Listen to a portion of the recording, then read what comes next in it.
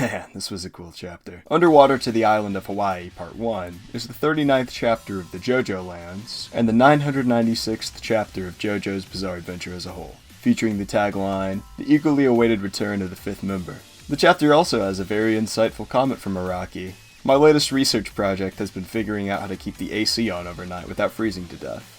So Araki hasn't been in the South this month." The chapter begins right where chapter 38 ends, with the party escaping from their confrontation with Moondra. Usagi says goodbye to his mother, telling her she didn't do anything wrong. He even says Max, the man his mother had an affair with, didn't seem like that bad a guy. Usagi tells her something he's realized, that there are people in the world who will regard him as less than a disposable item in a video game. He swears to his mother he'll get back the stolen $300,000. And his sister too, I guess. Jodio and Dragona survey the area around them, stating that someone is definitely watching them from somewhere in the Diamond Head landscape. We get our second major heartfelt conversation of the chapter between Dragona and Jodio. Dragona blames himself for all the situations Jodio has been caught up with ever since the duo were kids, saying Jodio should have had a bright future but ended up burning down a school bus, getting shot in the back, and even becoming a drug dealer. Something Barbara Ann, their mother, can't even know about. Jodio retorts by saying he's actually probably just crazy, having a pretty good time being a low-life drug dealer. He continues by saying the two of them are still bright and shining, moving forwards towards a goal. They are on a path they were meant to follow, a path with a radiance powerful enough to shatter even the absurdity that destroys things people hold dear.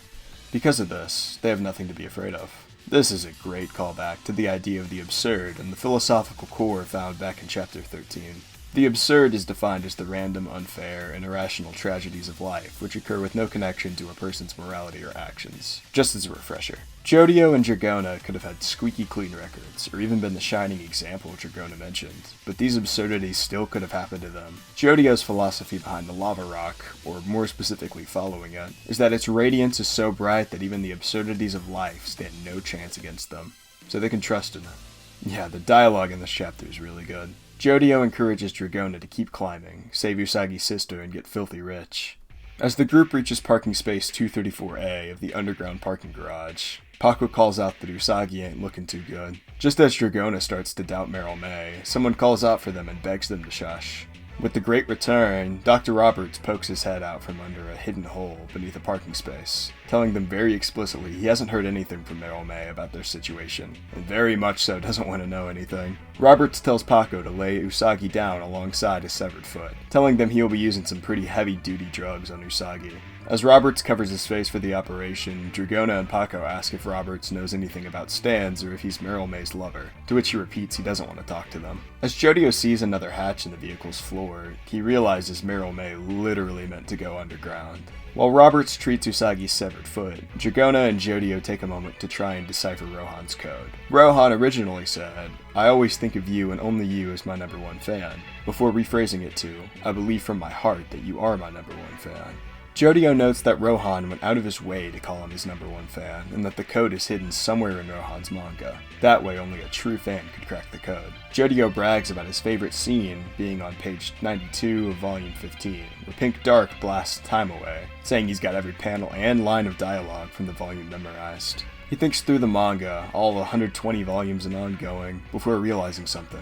Jodio concludes Rohan must have put the code in the newest chapter, one that should soon be available online because of Japanese time. He rummages through the collected phones, Paco and Dragona both warning him it could be dangerous. While Paco yells at him not to turn his phone on, a sound repeating "Becco" begins to come from overhead. As Paco peers out through the hatch, a mysterious stand pokes itself through the hole. The three conclude it has to be a stand, but Dragona says it must be long range, not sensing any user from the roof. Suddenly, he breaks through the vehicle's roof and enters, debris falling all around him. He materializes. The John Rod is back, already. He sticks his leg out, fully assembling into his form as he approaches Dr. Roberts. It's important to keep in mind that just because Roberts can see the stand doesn't necessarily mean he's a stand user, with some stand's effects, such as scary monsters or strength, still being visible to non-users. Though I personally lean towards Roberts being a stand user. I mean, he got Usagi's foot back on pretty quick. John Rod sets his leg on the bag of phones, just above the hatch, before crushing them and continuing to freak out Roberts, dematerializing and floating back through the hatch. Jodio, Dragona, Paco, and a freshly healed Usagi narrowly escape from the strongest stand through a small submarine hidden underneath the van. the group determining this was what Meryl May spent the money from the previous heist on. For some reason, the submarine also has a menu with beef curry, scrambled eggs, and a bunch of other foods I can't pronounce. Jodio remembers that Rohan's latest chapter drops tomorrow, or, because of the time differences, 5 a.m. in Hawaii. They decide to head to Hawaii to wait for the release, with the group determining Dr. Roberts should be untouched due to his uninvolvement other than treating Usagi.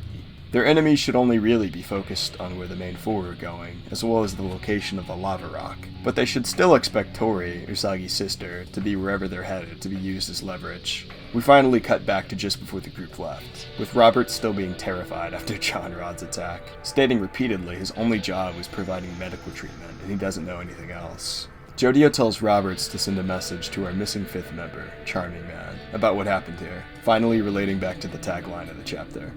Such an Araki thing to do.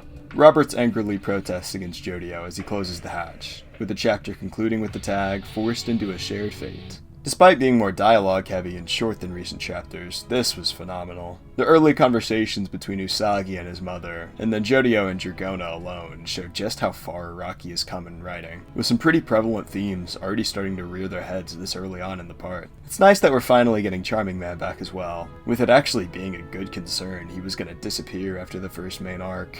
The last thing we needed for JoJo's was another Fugo situation. We also get some pretty great characterization for Jodio in this chapter. His conversation with Dragona shows his sheer immature confidence in the lava rock, but also his resolve in following through with the path they've set out on. It's a cool reflection back to the character he's based on, but I'm honestly more interested in how he geeks out about manga. I keep forgetting how young Jodio is.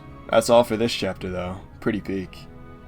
For some general stuff concerning the channel, I just wanted to thank everyone for the overwhelming support for the last video. Actually, it was so insane just watching those numbers go up in real time. I'm very grateful for all of you. And thank you all for the engagement. Congratulations too. I'm planning on putting out new videos for both JojoLANDS chapters as they release, as well as the final few episodes of Bleach releasing in the next few weeks. After Bleach ends, I'll move towards videos covering weekly Steel Ball Run episodes. I'm sure I'll have time with college starting back. Hopefully. Either way, thank you for watching, and I'll see you next time.